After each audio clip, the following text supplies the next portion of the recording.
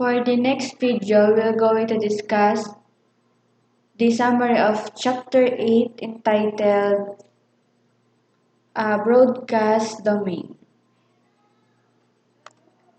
In an Ethernet LAN, devices use broadcast to locate other devices. It is a device used as Address Resolution Protocol or the ARP, which sends layer 2 broadcast to a known IP version 4 address on the local network to discover the associated MAC address. Then these services, a host typically acquires its IP version 4 address configuration using the Dynamic Host Configuration Protocol or the DHCP, which sends broadcast on the local network to locate a DHCP server. Switches propagate broadcast out all interfaces except the interface on which it was received. For example, if a switch in the figure were to receive a broadcast, it would forward it to the other switches and other users connected in the network. So routers do not propagate broadcast. When a router receives a broadcast, it does not forward it out other interfaces. For instance, when R1 receives a broadcast on its Gigabit Ethernet 00 interface, it does not forward out another interface. Therefore, each router interface connects a broadcast domain, and broadcasts are only propagated within its specific broadcast domain.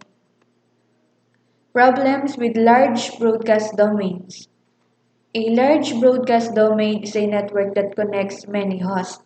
A problem with a large broadcast domain is that this host can generate excessive broadcasts and negatively affect the network.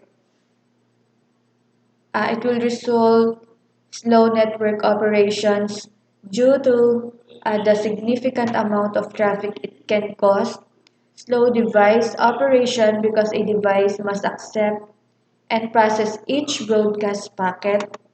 Then the solution is to reduce the size of the network to create smaller broadcast domains in this process called subnetting.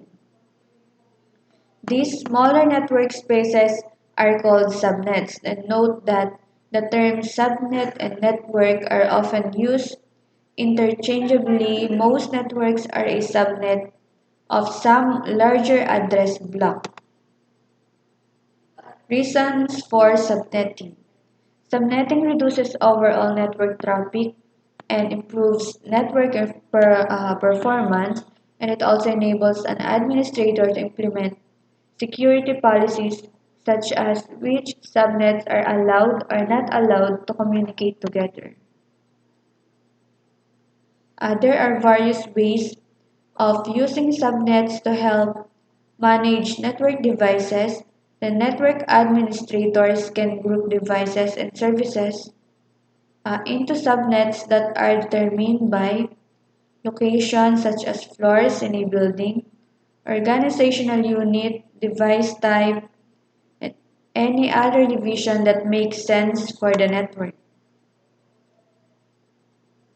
Understanding how to subnet network is a fundamental skill that all network administrators must develop. Various methods have been developed to help understand this process, and this chapter will focus on looking at the binary method, although a little overwhelming at first. Focus and pay close attention to the detail, and with practice, subnetting should become easier. So now we're done discussing the chapter 8.